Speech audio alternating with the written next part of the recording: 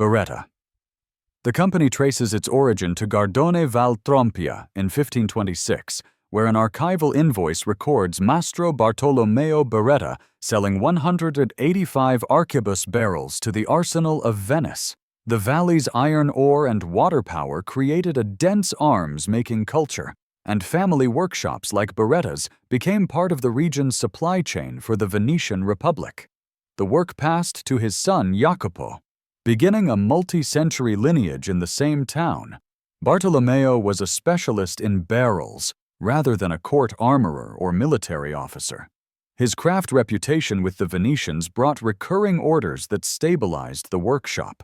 The original product line centered on durable matchlock and early wheel lock barrels, a component then purchased by separate lock and stock makers, which fit the fragmented production model of the 16th century. The firm later registered as Fabbrica d'Armi Pietro Beretta in the 19th century and gradually progressed from components to complete small arms. Its 20th century catalog spanned pistols, submachine guns, rifles, and fine shotguns, including the MIB series and, in 1975, the 92 platform that would become one of the most widely issued service pistols. The Model 92's US M9 adoption in 1985 cemented the brand's modern profile. The factory survived occupation and damage in World War II and was rebuilt. Today, it sits within a larger holding that includes other firearms and optics makers. Beretta's in-house engraving tradition continued alongside mass production, preserving an artisanal thread. The company's longevity and the 92's influence on NATO-era sidearms made the brand a fixture in both military inventories and civilian ranges. Remington.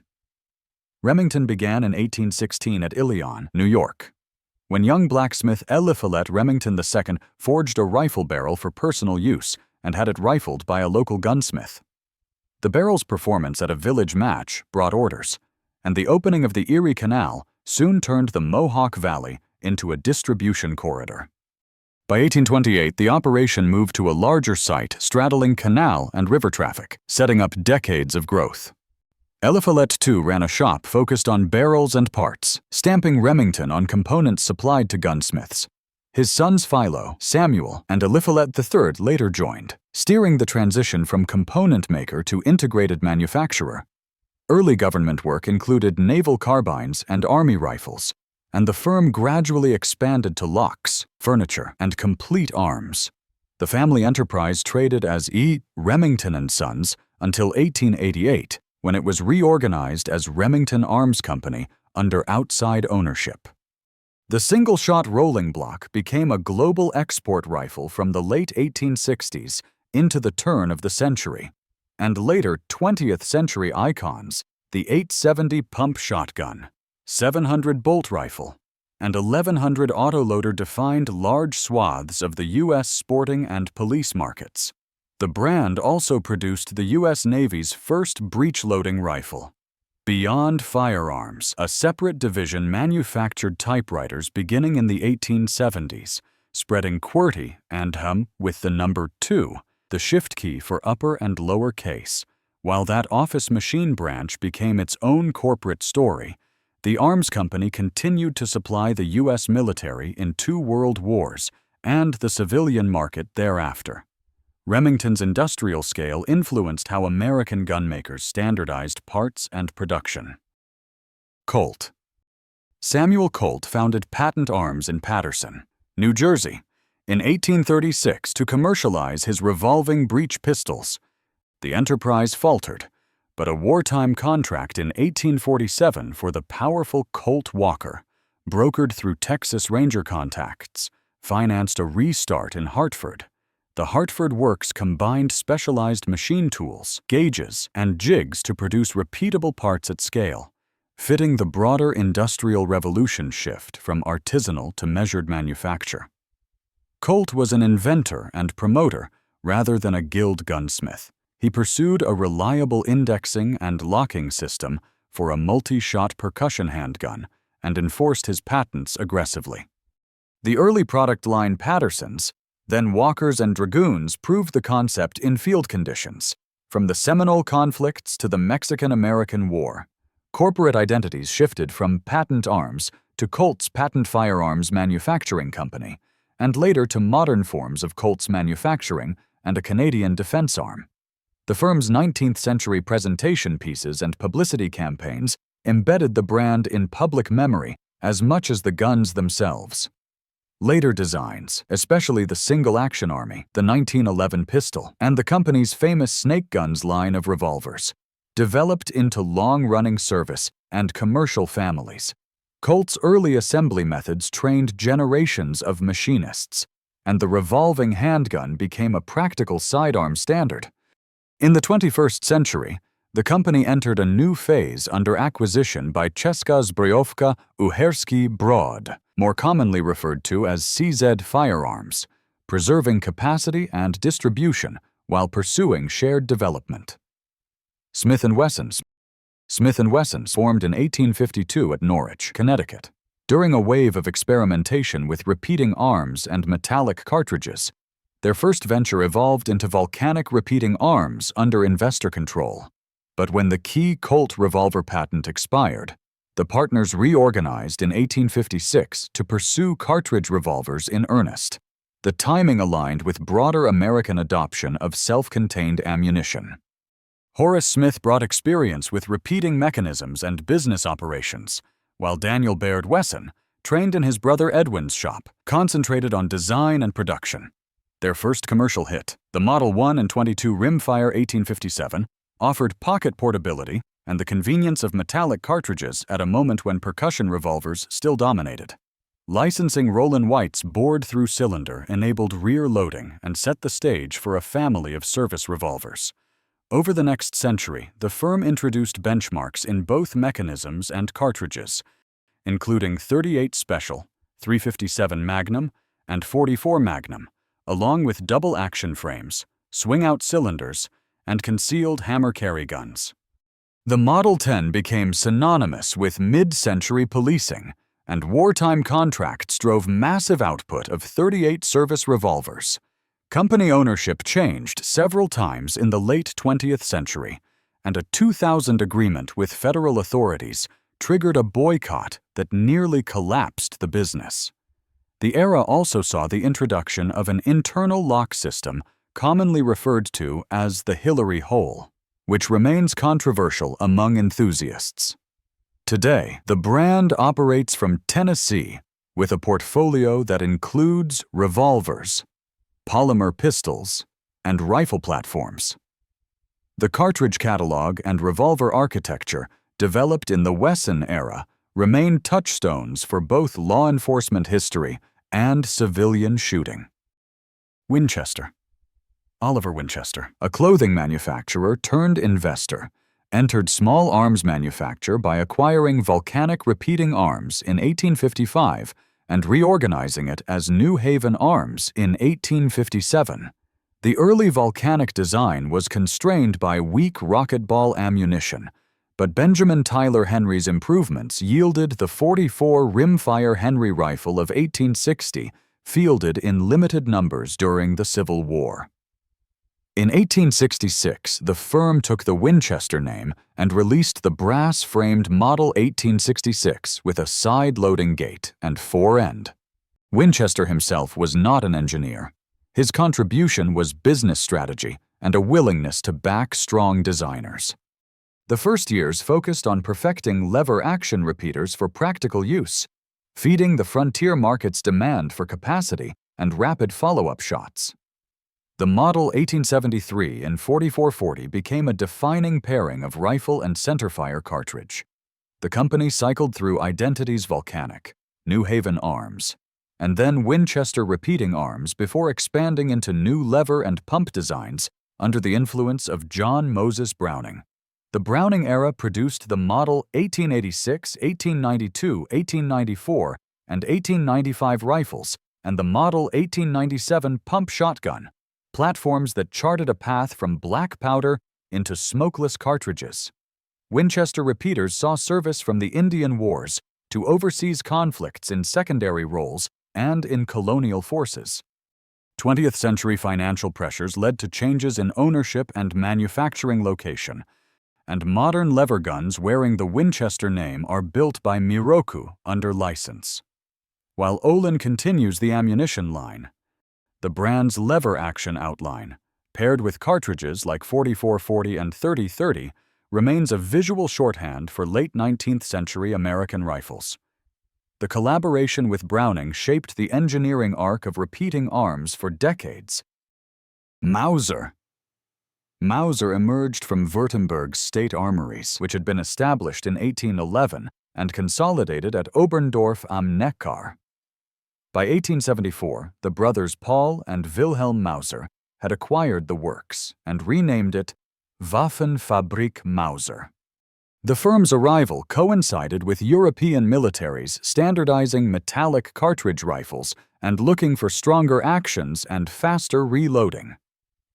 Paul Mauser was the principal engineer, while Wilhelm handled contracts and finance. Their first major success, the Model 1871, gave the new German Empire a steel receiver bolt action in a metallic cartridge, setting up later refinements. The original purpose was clear: provide a robust, simple service rifle that could be built in quantity and improved as cartridges evolved. Over the next 3 decades, Mauser designs introduced controlled feed claw extractors, stripper clip loading, and, in the Gewehr 98, a third safety lug and intentional gas handling features that became the template for bolt actions.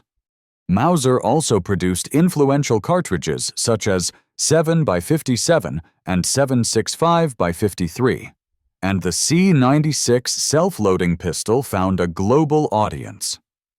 The company entered corporate combinations with DWM and licensed production to factories from Belgium to Sweden and Spain. Combat experience against Spanish 7x57 rifles in 1898 impressed U.S. observers and informed the Springfield 1903. The K98K served as Germany's standard rifle in World War II, and the action continued as a sporting platform long after. Post-war dismantling scattered personnel. Some later joined firms that became Heckler and Koch. Today, Mauser Jagdwaffen manufactures sporting rifles, including modern M98s, while a separate lineage under Rheinmetall produces autocannons for aircraft and armored vehicles. FN Herstal. Fabrique Nationale d'Armes de Guerre, formed in 1889 at Herstal to produce Mauser 1889 rifles for the Belgian government, with Liège area industrialist Henri Pieper among the early drivers. The plant assembled its first rifles by the close of 1891 and soon added ammunition lines. In 1896, the board moved to diversify during quiet periods, creating a broader manufacturing base that would absorb future projects. The pivotal change arrived in 1897 when John Moses Browning began collaborating with FN, resulting in the compact 32 caliber Model 1899-1900 pistol, one of the first commercially successful, truly practical self-loaders. Browning's Auto 5 shotgun followed, and after his death at an FN workbench, Dieudonné Saïve completed the high-capacity GP35 known as the High Power. Those efforts gave FN a foundational catalog in both handguns and shotguns. The company later adopted the simpler name FN Herstal and grew into a group that owns Browning Arms and the Winchester firearms brand, with the Walloon regional government as owner. FN's 20th century output included the FAL battle rifle, adopted by dozens of nations, the MAG general-purpose machine gun that the U.S. fields as the M240, and the Minimi light machine gun known as the M249 SAW. In the last 2 decades, the SCAR program and the 5.7 by 28mm ecosystem with the P90 and 5.7 expanded the portfolio. During wartime occupation, high-power plans were carried to Canada, where John Inglis & Company produced pistols for Allied forces. FN later established a U.S. manufacturing presence to supply American contracts. The firm's mix of Browning-era pistols, Cold War rifles, and modern GPMGs situates it at the center of military small arms development from the early 20th century to the present. Ruger. Sturm. Ruger and Company began in a rented Southport, Connecticut machine shop in 1949 in a market shaped by returning GIs and a surge in recreational shooting. The founding product was a simple, reliable 22 rimfire pistol, the Ruger standard that paired familiar ergonomics with cost-effective manufacture. The timing matched demand for affordable training and target pistols. Bill Ruger was a self-taught designer and manufacturing strategist with a collector's eye. Alexander Sturm provided capital and branding in the company's first years.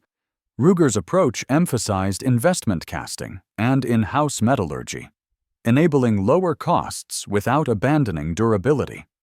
The firm's early pistol soon evolved into the Mark series, and within a few years the catalog expanded to revolvers and rifles. The 10-22 rifle became a modular rim-fire platform with a vast aftermarket, and Ruger's double-action revolvers built reputations as sturdy service guns. The company's manufacturing arm, Pine Tree Castings, supplied precision cast parts internally and to outside customers, reinforcing a vertically integrated model. Ruger's views on magazine capacity in the 90s were controversial among some gun owners, but the product line continued to broaden. In the modern era, production spans multiple plants across several states, and the acquisition of Marlin revived classic lever actions such as the 1895 SBL under new stewardship. The brand's mix of cost-conscious engineering and wide distribution kept it a major supplier to civilian shooters and agencies alike. Ruger's casting-centric manufacturing philosophy influenced how other firms thought about scaling durable small arms. Heckler and Koch. Heckler and Koch dates to late 1949 Oberndorf, where three former Mauser engineers salvaged tooling from the dismantled wartime factory and restarted as a precision machining firm under occupation restrictions. West German rearmament in the 1950s created an opening for a new service rifle, and HK partnered with CETME Concepts to develop a domestic version that became the G3. The company's early years thus bridged a gap from gauges and machine parts back to firearms manufacture. Edmund Heckler, Theodore Koch, and Alex Seidel brought deep familiarity with stamped steel production, heat treatment, and tolerancing. The first firearm projects centered on a full-power battle rifle, then broadened into belt-fed guns and eventually the compact HK-54, which evolved into the MP5.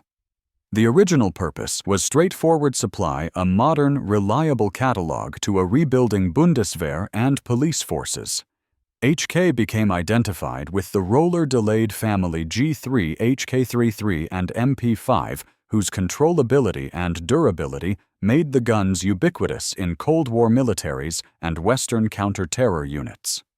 Later programs explored caseless ammunition in the G11, and the short-stroke piston HK-416 reworked the Stoner architecture for many users who wanted cleaner operation in carbines. The firm also delivered pistol lines that integrated polymer frames and accessory rails early.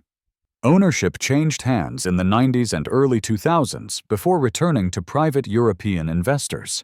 HK maintains subsidiaries in multiple countries and supports a catalog that includes MG4 and MG5 machine guns, G36 derivatives, and the VP Knights P30 handgun families.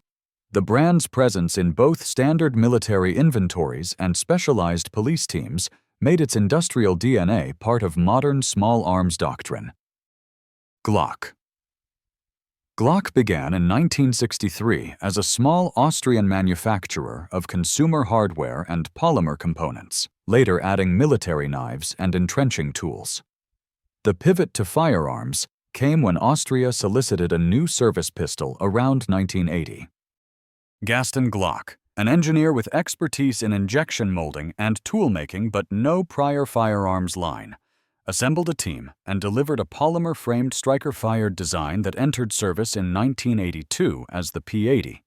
Gaston Glock's background was factory engineering rather than gunsmithing, which influenced the pistol's simplified parts count and production methods. The first product, the Glock 17, used 3 passive safeties integrated into the trigger system and leveraged nitrided steel for wear and corrosion resistance. The operating system minimized manual levers and emphasized consistent trigger pull from shot to shot. Global police adoption in the late 1980s and 1990s followed large Austrian orders, with agencies selecting the platform for capacity, ease of maintenance, and procurement cost efficiencies. The catalog quickly expanded into compact, subcompact, and competition models, and into multiple calibers. While maintaining a family resemblance that eased training across sizes, civilian shooters adopted the same attributes for carry and competition. In recent years, slimline and crossover models have broadened the footprint, and occasional patents and prototypes suggest interest in long gun projects. Gaston Glock's passing in 2023 closed the founder chapter while leaving a global brand that reshaped law enforcement sidearms and influenced design priorities across the industry. If this video proved entertaining or helpful, please consider sharing it with others interested in firearms history and subscribe to catch future installments. Thanks for watching.